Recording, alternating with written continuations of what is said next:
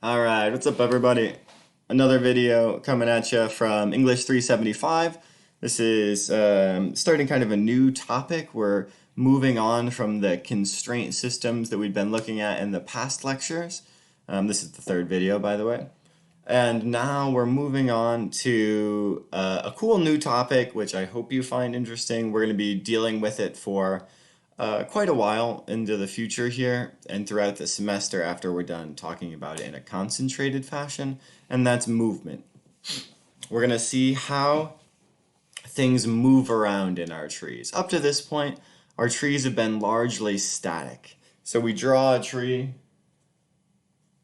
like this one, and wherever we generate the things, that's basically where they end up. Wherever we're putting those on the tree, that's where they're being pronounced. Today, what we're going to be looking at is times when that's not the case. When instead we generate something, we might generate a verb in V, but then we find that it moves out of V and shows up elsewhere in the sentence. So we've got a lot to do. This is kind of a big topic, and like I said, we're going to be spending several days talking about it. So today on the agenda, what we've got is we're going to talk about movement. We're going to look at especially movement out of T, that tense position in our trees. We're going to look at tense to verb movement, and we'll think about modal verbs. Then we're going to look at T to C movement, actually, and look at questions for something else to talk about. So diving right in, what we're looking at, or one way to think about movement is using what we've already seen. We've already actually seen one case of movement in our trees. Give a second and think if you can remember what piece of our trees has been moving so far. It's the tense. It's the tense thing. It's the affix lowering that ed when we had an ed suffix there in tense for past tense, and we're lowering that, dropping that down onto the verb. That's already an example of the kind of thing we're going to be talking about today. So here's an example. Right, this sentence, I'll switch sides. This sentence is, I chewed the fruit. This is the sentence we're going to be working with for the majority of today's class. I chewed the fruit. So we have nothing in C. I'm cheating and using my little DP triangles for both the subject and object DP here. And we see that we have the verb chew in V, and we have this past tense ed suffix thing in tense. But that doesn't quite fit, right? I can write that ed in there so that this is a little more transparent.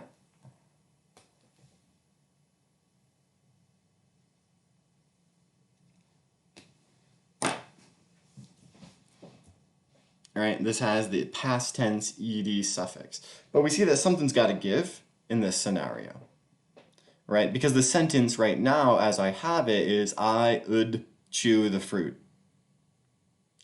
Obviously not how we want those items to be arranged. So instead what we have to do, in fact we've been doing, this was your little glimpse, a precursor into what we're going to be talking about more these next few days, is we moved that little tense affix down to the V. In order to show this, we draw arrows on our tree to show this movement pattern.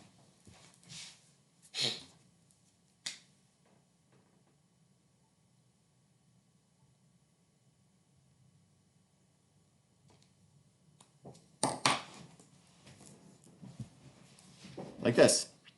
So now we show that little arrow moving this ed down to chew. And it has I now chewed the fruit. I chewed the fruit. Which is exactly how we actually want this sentence to be pronounced. That's perfect. That's what we're after.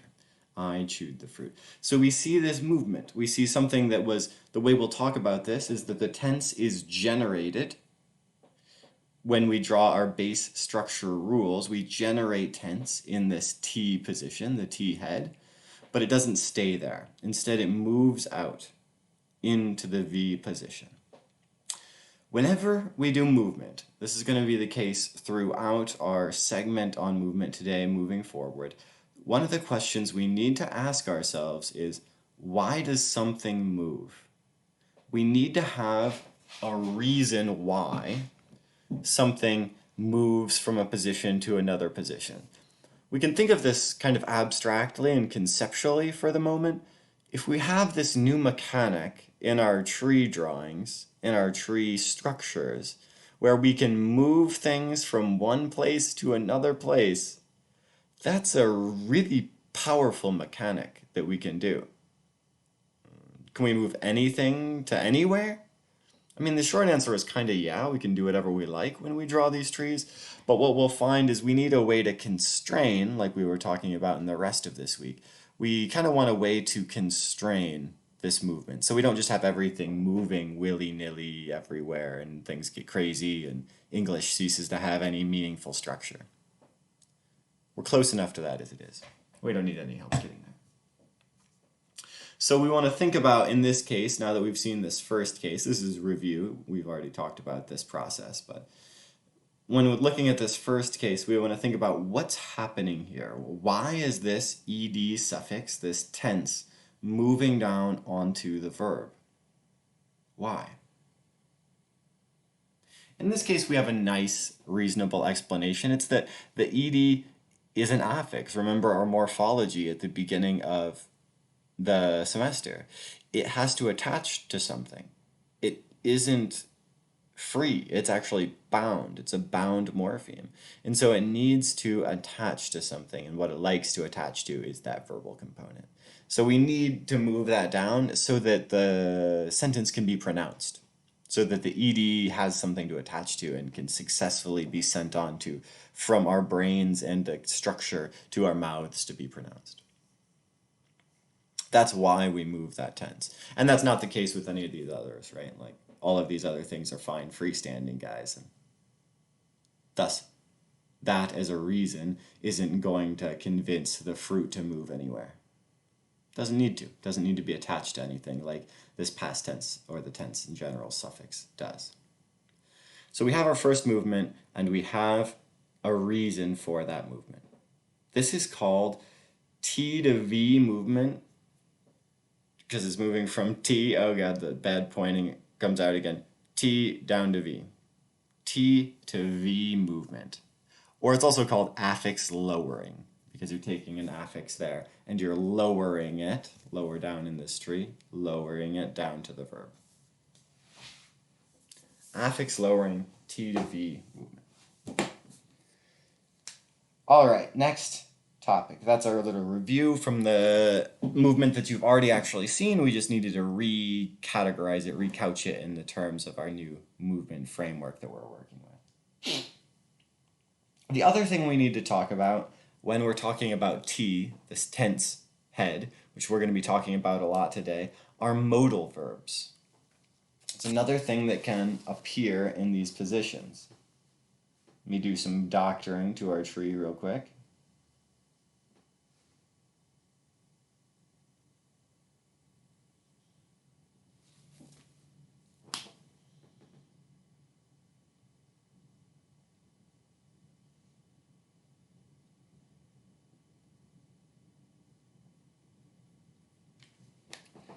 Modal verbs are a funny category. They're these things like should and could and may and might and can and will. And what we found was that these things too can appear in that T position. Like in this case, I changed the sentence from I chewed the fruit to I should chew the fruit. I should chew the fruit, and that's what this sentence looks like when you get the tree diagram. And we can see why as well. Now that we've done our constraints this past time, we can have some reasoning why we want to say that's in T. Why is that modal verb in T? And what we see about these modal verbs is that they're in complementary distribution with tense. So look at in this segment 2 over here. Whoops, right here. You can have the sentence I chewed the fruit. That's totally fine. That has a tense. You can have I should chew the fruit. It's got a tense affix there, that ed past tense that we looked at before, right?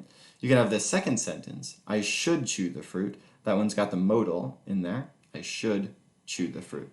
But what you can't have is both tense and a modal, right? If you're trying to do both of those things together, I should chew the fruit, it's ungrammatical. I should chew the fruit. Totally ungrammatical. And what this shows us is essentially we're in that you have to choose one scenario. You either have to choose tense or you have to choose a modal. You can't have both. That's complementary distribution. And just like we said when we were looking at the possessive S, you can either have the apostrophe S or you can have a determiner, but you can't have both. What did that mean last time? Well, it meant that the apostrophe S and a determiner were the same category. They're the same type of thing. They're both determiners. They're both in that D head position. The same thing is going to be true now. Now that we see that tense, like the ed, and modals, like should, are in complementary distribution, you can only choose one, we're going to say that they're in the same place. That's why we're generating should in T. That's just a brief justification. We touched upon this briefly when we introduced modal verbs in tense in this whole TP structure to begin with, but that's just to reiterate why we think that, why we want to put the modal verb in T.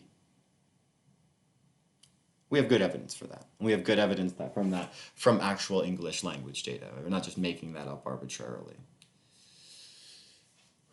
All right, so we have modals in our T position. And we find that we have this T to V affix lowering. One question is like, do you always lower T to V? No, right? Remember I said we only lower the T to the V, or the reason we lower the T to V is so that it can be pronounced, because the thing isn't free on its own. And we see that modals actually are free on their own, right? They're freestanding, they're not bound morphemes, and so we don't lower them. We don't have the reason to, so we don't do it. And instead we get, I should chew the fruit, instead of something like, I should the fruit.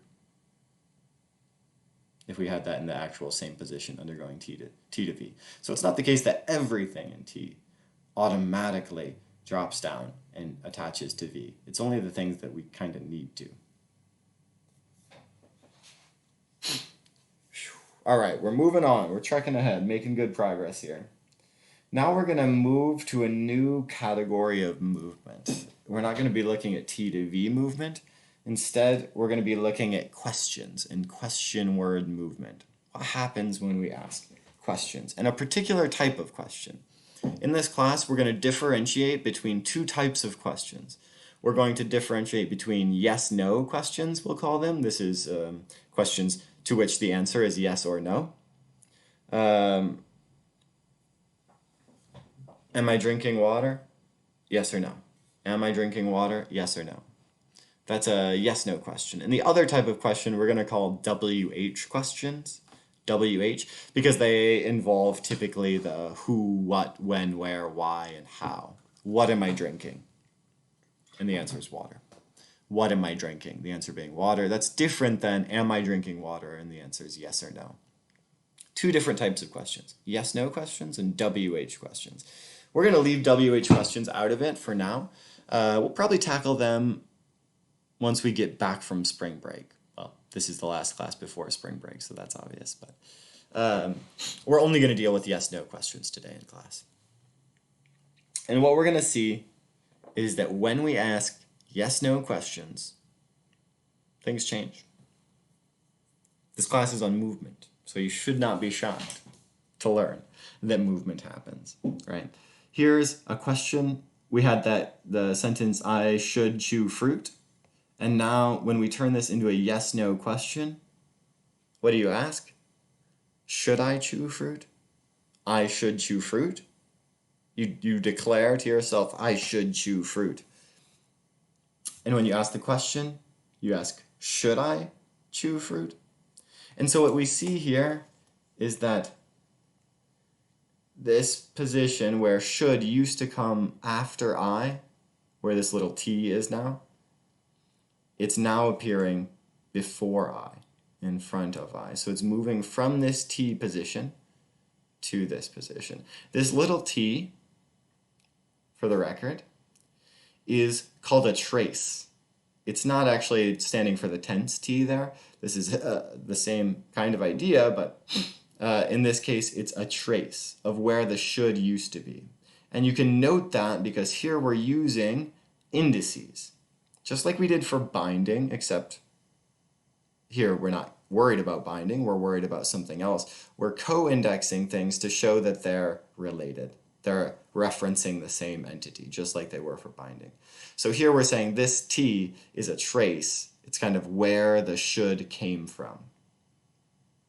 And we know that this, just in case we have multiple things moving, which we will have later on, we can say that this is the trace for I, entity I. And this is entity I, the should word itself. Here's the trace for it, and it moved. Right?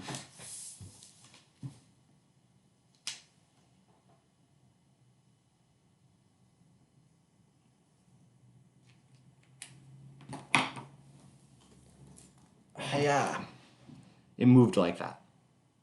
It moved like that, from there to there. This is how we get from the sentence, I should chew the fruit, to the sentence, should I chew the fruit? We just move that should. That's all we do. Now, let's take a look at our tree again. This is the sentence for the first one, the declarative, I should chew the fruit. I should chew the fruit. Where do you think we should move our should? We don't have many options. We don't have many options here, right? We need this should to appear above to the left of this I thing. What positions, from our pronunciation aspect, what positions could we move should to that would move it to the left of I? There's only one. It's C, right? Because we can't move things to a bar level, and we can't move things to a phrasal level. We can only move things here to a head level. This is called head movement. So we're going to end up in that empty C. Conveniently, very conveniently, we have a position open that is to the left of I. It's C. Told you you'd want to draw those CPs. And here we're saying some of the reason why we're drawing these CPs. They give us positions to work with. And in particular, for questions, we're going to be making good use of C. What else why did we have the C there in the first place? Because it wasn't for questions. It was for something else. Think about that for a second while I draw.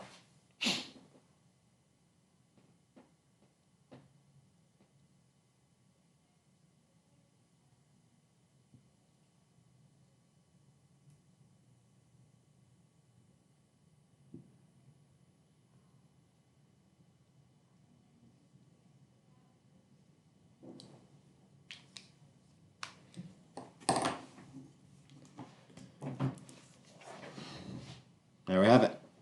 So now I've erased the should from the T position, and I've replaced it with a trace.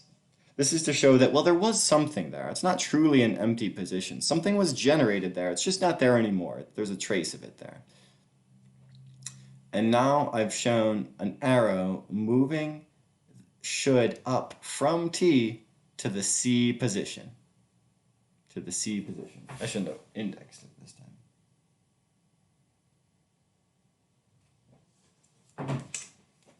To that C position. So now our sentence is, should I chew the fruit? Should I chew the fruit? It's just what we wanted, right? It's absolutely what we wanted. The sentence reads correctly now. The sentence reads correctly now. Should I chew the fruit? And we started with essentially the same structure as we had from I should chew the fruit. Why don't we, in this scenario, why do we even bother with this movement? That's a good question to ask. Why don't we just generate T or should in C? Why don't we just generate should in C and then we don't have to move it up from T? That'd be simpler. We'd still end up with should I chew the fruit. There's kind of two reasons here. There's really just one reason, but there's two ways that it shows itself. The reason is that we want to consistently generate things. We want rules to generate our trees to be consistent. So we want modal verbs to always be generated in T. That simplifies our system. It's simpler if we can say modal verbs in tense always get generated in T. It's a better system than, well, sometimes they show up in T, but some other times they show up in C, and that's going to be harder of a system, more variable. It's better if we can say they always show up in T, and sometimes they move to C. We'll talk about when that sometimes is in a second. A related aspect of why we don't generate should directly into C is this. If we generated should directly into C, it would look like this.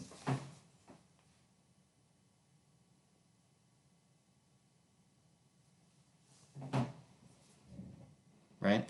Should I chew the fruit? We get the right word order, but this makes a prediction because now T is empty. There's nothing in T. We generated should directly into C. This makes the prediction that I should be able to, see what I did there? I should be able to have a tense generated into T because there's nothing there right now. I should be able to get something like past tense ed in that tense position because it's empty. The reason we didn't have both is because should was being generated there. It was already occupied, but it's not occupied now. So this makes the prediction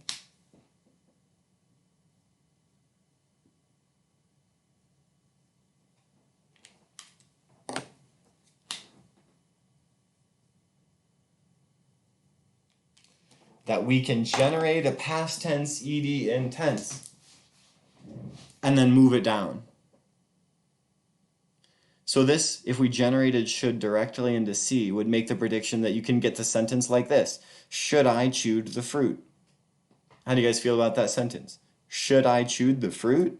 That's a question. Should I chewed the fruit? What we find is that even though should ends up, I can't reach. Even though should ends up in C, it's still occupying the T slot. It's still blocking tense. It's still occupying that T slot and blocking tense from being generated there so that we can't get a sentence like this. We have evidence that should in some ways still blocks out that tense. And a good way to say that is that that little trace is holding its spot, right?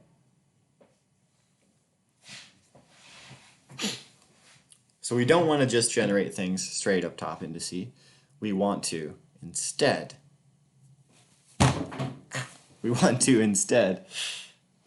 generate everything there in T, generate all modals and tense in T, and then move some of them up when we need to.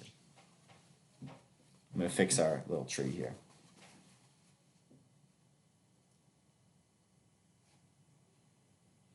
While I'm doing this, you should have been thinking about what else do we put in C?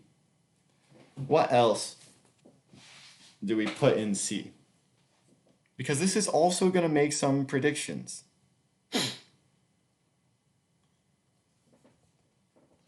This is also going to make predictions, right? This fact that this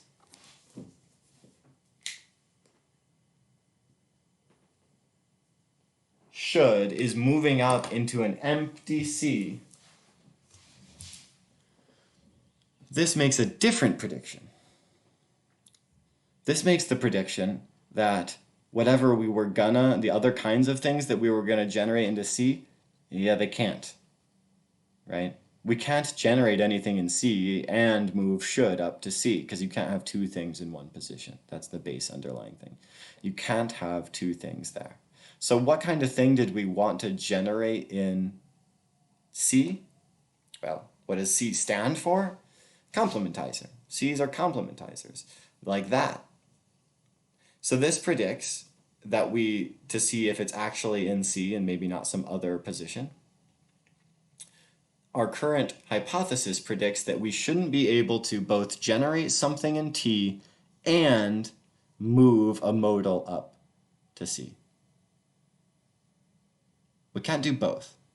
Moving a modal up to C, put something in C, and generating something in C, put something in C. And you can't have both at the same time. Let's see if that bears out.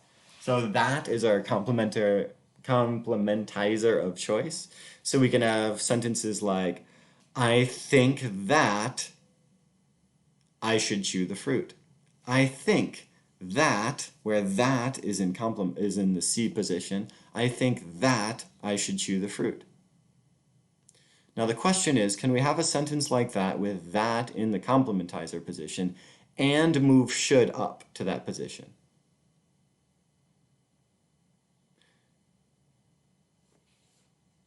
Think about it. Can we do that? What would that be like? That would give us the sentence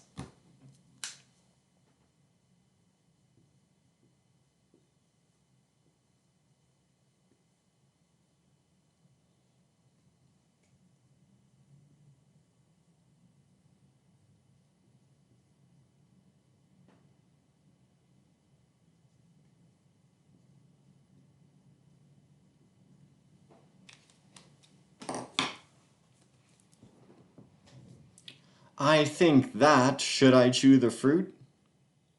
Right? We can have, I think that I should chew the fruit. But if we try and move that up, we run into the problem. And the problem here is that they overlap each other. They're trying to fit in the same position here. You can actually see that. They're right next to each other now.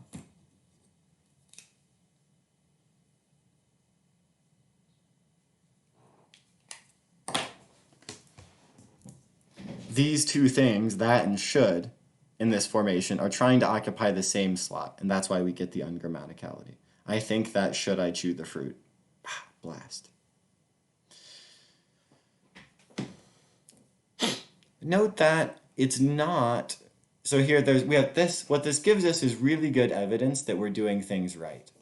We have evidence that T is in fact not empty, but has a trace there, because we can't generate another tense-like thing in there. And we also have evidence that we moved should to the correct place. Because when we move should, we find that we can't get anything else in that position. We moved should to C, and now we can't get anything else in C. That's really cool. That's really like nice, solid evidence of why we're doing this and that we're doing this correctly. What we want to know too is that this isn't some prohibitory ban on asking questions if C is filled, right? It's not the case that, well, the reason you can't do this is that you can't ask questions with a complementizer in coordinating clauses. That's not true, actually. You can do that. You can do that using if, the complementizer if. If this part doesn't make 100% sense, that's okay too. But what you'll note for those of you following still at this point, hopefully most of you, hopefully all of you, is that you can say something like, I wonder if I should chew the fruit. I wonder if I should chew the fruit. That's kind of a questioning thing. I wonder if I should chew the fruit. But we still don't move should up because if is already there. So it's not a prohibition on asking questions in those kinds of clauses. It's really just a prohibition on things being there, right? We can't say, here's another way to explain it, is you can have this, I wonder if I should chew the fruit. But you can't have, I wonder if, should I chew the fruit? But when you take the if complementizer out and you open up that C slot, you get something like this. I wonder, should I chew the fruit? It's a little bit better, I think. It's a little bit more quotative, perhaps. We can talk about that later. But there is a sense in which that's a little bit better.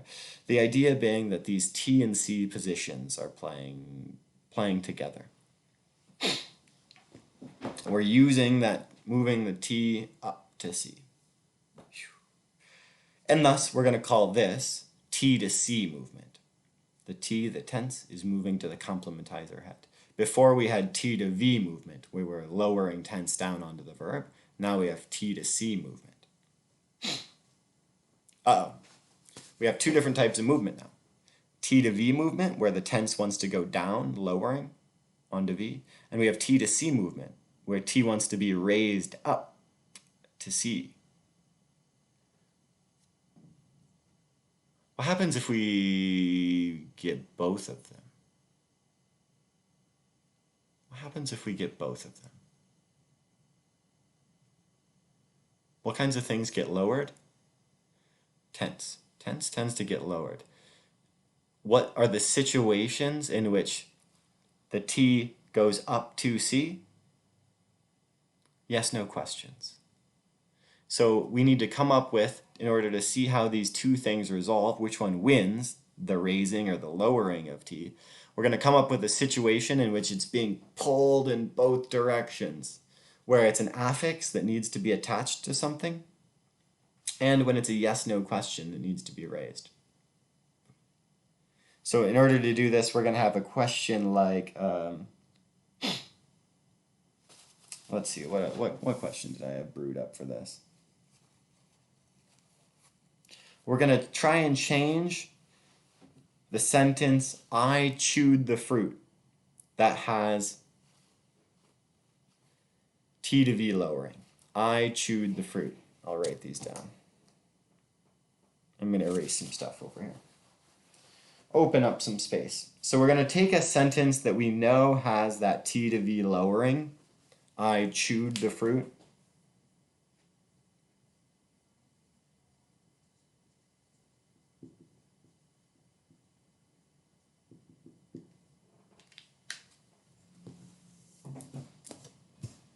Like this, I chewed the fruit is a sentence with T to V lowering.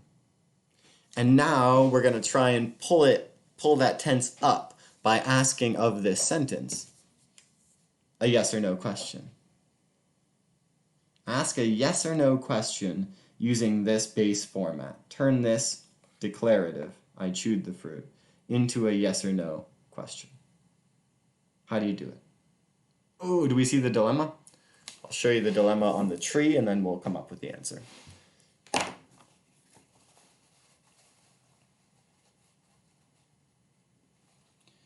I can leave most of this. Tree.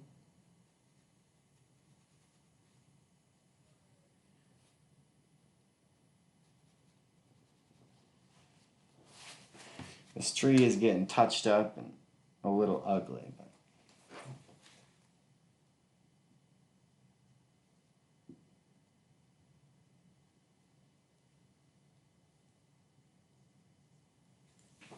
so this is our underlying structure before we do movement. I would chew the fruit, right? I would chew the fruit. Now, one of the things that wants to happen is that this affix would wants to get lowered down onto chew. Wants to go like that. But if we make this into a question, the other thing that wants to happen is for this tense position to be raised up into C. Aha. But both of these things can't happen. That's not how that works. Both of these, we can't do both. Can't move it both lower. Can't be split in half, right? We got to choose one. How do we ask the yes or no question for I chewed the fruit?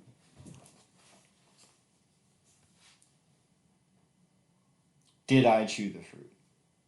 Did I chew the fruit?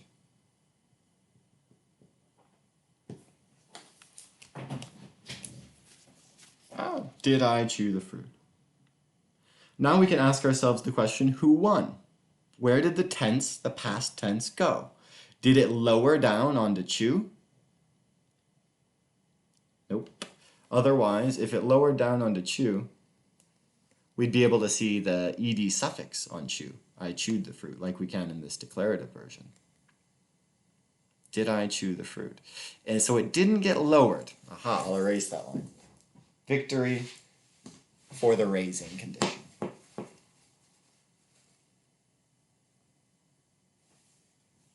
Okay, so it didn't get lowered. Aha. So now we should expect the sentence to be this. Would I chew the fruit? Okay. Would I chew the fruit? Or past tense, I'd chew the fruit. But that's not what we get either. So what the heck happened here? What the heck happened? Where did this did come from?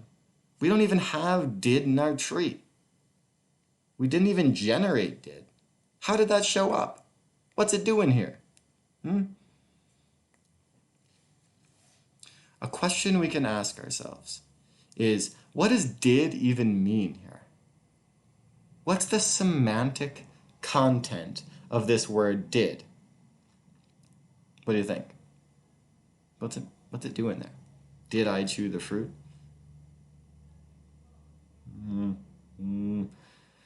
It doesn't mean anything. It's semantically void. It's semantically null. It's not adding any semantics to this at all. It's not adding any semantics to this sentence. Where, lovely students, intelligent, kind students, where did we see another thing get added that was semantically null and wasn't contributing to this sentence? We just saw this, right? We just saw another instance of this on Wednesday's class. It was that it, and it rained. We said, what does it even mean? It's semantically null. What is it contributing to the sentence? Nothing. It's just taking up a structural position. Here, we actually see the same thing. What's did doing? Semantically, nothing. It's just filling a structural position. It's an expletive did or a dummy did or something like that. It's called do repair because you had this do or did. You're repairing the sentence. Can we think of why we need this did? We should be able to. There's a pretty good reason why we need this did. The reason why we need this did, what did we say about this? Ed suffix, this past tense, it needs to attach to something. It needs something so that it can be pronounced. And so what we do, when it moves up here, it doesn't have anything. It moves to that empty C position, and there's nothing there for it to attach to, and it says, oh no, I moved to C, and there's nothing here. What happens? We insert that expletive did, that little did guy. Gets pushed in there. Why does it get added? Why do we add this did, this do? We add it so that the past tense ed has something to attach to. Because the tense needs a lexical item there to be pronounced. And since it doesn't have any, we add in this kind of emergency, null, nonsensical, just structural thing, do. So we add in do. This is called do repair. Do repair.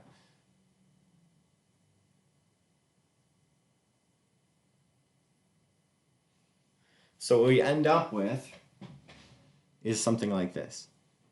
You add in that do repair, and then you add the past tense onto it.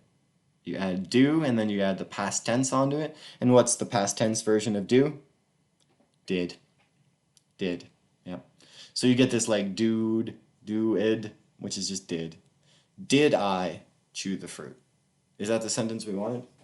Boom. Did I chew the fruit? Did I chew the fruit?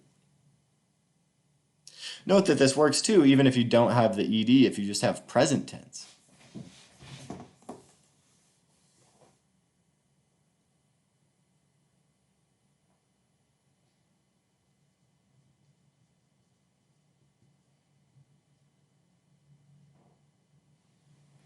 If instead you have present tense, I chewed the fruit, instead the question you ask here, you add the present tense onto do. What's the present tense form of do? It's just do. You just keep it the same. And you get the sentence, do I chew the fruit? Do I? You're wondering to yourself, do I chew the fruit?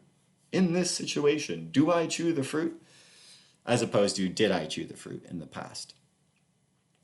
Just different realizations, but this process is the same of this T being raised up to this C. And it needs something to attach to. And when it needs something to attach to, you add that dummy did. Whoa, we went through a lot of material. That's a lot. That's a lot. There's more to talk about rather on this topic, but we've already covered a lot of material and I've already been talking for 40 minutes. So we're going to cut the content here. A recap of what we looked at. Let's look back on our plan. Today's plan. We've been looking at movement today. We've been looking at when we generate words on our tree and then we move them around. We move them around. And we remember that we always need reasons to move things around. We don't just move them around willy-nilly. And we looked at two types of movements. We looked at T2v movement. T2v movement. Sorry, it's all glary. T2v movement when you lower a tense affix onto a verb. We looked at that. And we looked at why we do that. We do that because it needs to be pronounced. It needs to attach to a lexical head. We also looked at modal verbs and their complementary distribution with tense, that they appear in the same place. This was review.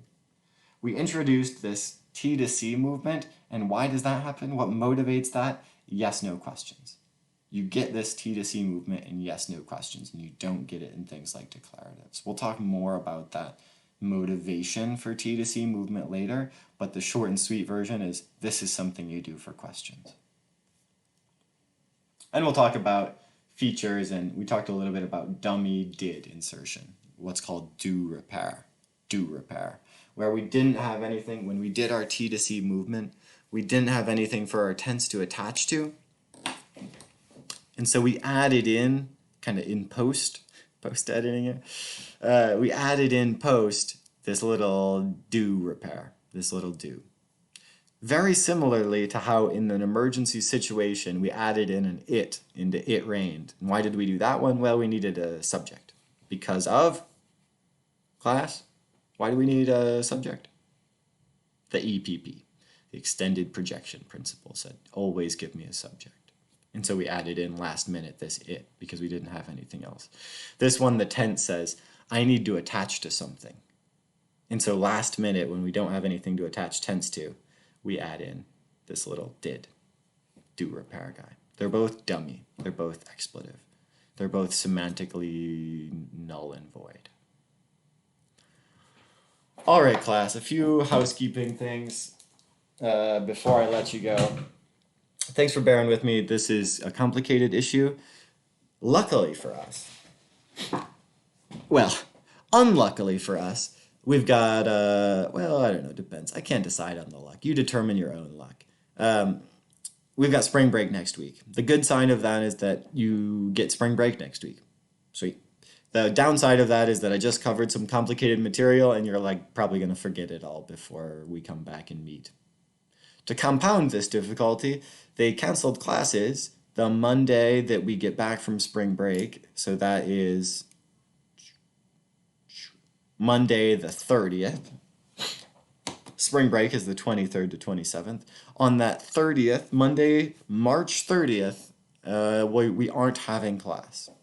We aren't having class. If you look on your syllabus, if I'm really good, and I'll try to be really good, I'll post an updated syllabus with this change noted. Elsewise, we're pushing the schedule one day back. Like for instance, on Wednesday, April 1st, we were scheduled to have a test. We're scheduled to have our midterm on April 1st. And we were supposed to have review on Monday, March 30th. That day we're not having class anymore. Well, we're going to push that back. So I'll update this in the syllabus. But on Wednesday, April 1st, instead of having our midterm, we're going to do review. And we're going to do review in person. So I'll set up either a Zoom or a Teams call, and I'll send you information about that. This will be mandatory, non-optional. Office hours are always optional. This class on Wednesday, April 1st, is going to be sort of virtually in person with your required attendance there from 10:30 to 11:30. I'll take attendance for that. And it's going to be review for your test, which will then be on Friday. I will have office hours on the 2nd as well, on April 2nd. That's not mandatory, but if you need more review, we've covered so much material in these first, 6 weeks that will all be on our test on that April 3rd, Friday, April 3rd. So Wednesday, April 1st, we're going to have a review, and I'll have office hours on April 2nd from 10 to noon, in which case you can ask me questions there. In addition, in order to try and prep you for all of this stuff, I'm going to post a study guide this weekend that you can look at over spring break. Not that you have to look at it over spring break. Your spring break is yours. Take it, please, especially now, especially with everything that's going on. Take it. But if you want it, if you're like, stuck at home and bored and you're really interested in looking at theta roles for a while, I'll post a review guide, a practice exam that you can look through. Last thing that I want to say, sorry, this is going long, is that thanks for bearing through on this week that's a bit weird, where I'm giving these janky lectures with a whiteboard, where, like I said, we're going to move towards doing sort of in person, the same style of thing where I have a whiteboard and I'm talking, but we'll have you guys chatting in the sidebar so that you can ask me questions more like a real class. Like I said, we'll either do that, we'll probably do that through Teams, but I'm looking at Zoom as well. But thanks for putting up with me during this kind of transitory period. The other thing I wanted to say is to take care of yourselves. This is a weird time for all of us. Stay healthy, stay safe, stay mentally safe as well as physically safe, right? Talk to people, reach out, talk to your classmates, talk to me, talk to your parents, call them, talk on the internet, right? This social distancing that's happening right now due to coronavirus, let's try and make this as much as possible for our own well-being a physical distancing, right? We want to be safe. Physical distancing is a good idea. But social distancing, let's not get confused by what that means. What that means is, right, physical distancing. What it doesn't mean is social isolation. That's not good for us as humans. There's a way that we're created as humans that makes us social beings, and we want to acknowledge that. We need social interaction. So get that however you can, through the phone, through the internet, through whatever social media. Rely on these things more heavily than you already would, because you need the social contact. Stay safe, stay healthy, stay sane. Be kind to yourselves, be kind to others, and thanks for putting up with me during this kind of weird transition period. Have a great spring break, and I'll see you guys when we get back on that Wednesday, not on the Monday. I'll try and send an announcement and update the syllabus and be in communication about what's coming up. Until then, I'll talk to you guys later. Have a great one. Have good dreams of T2c movement or something like that.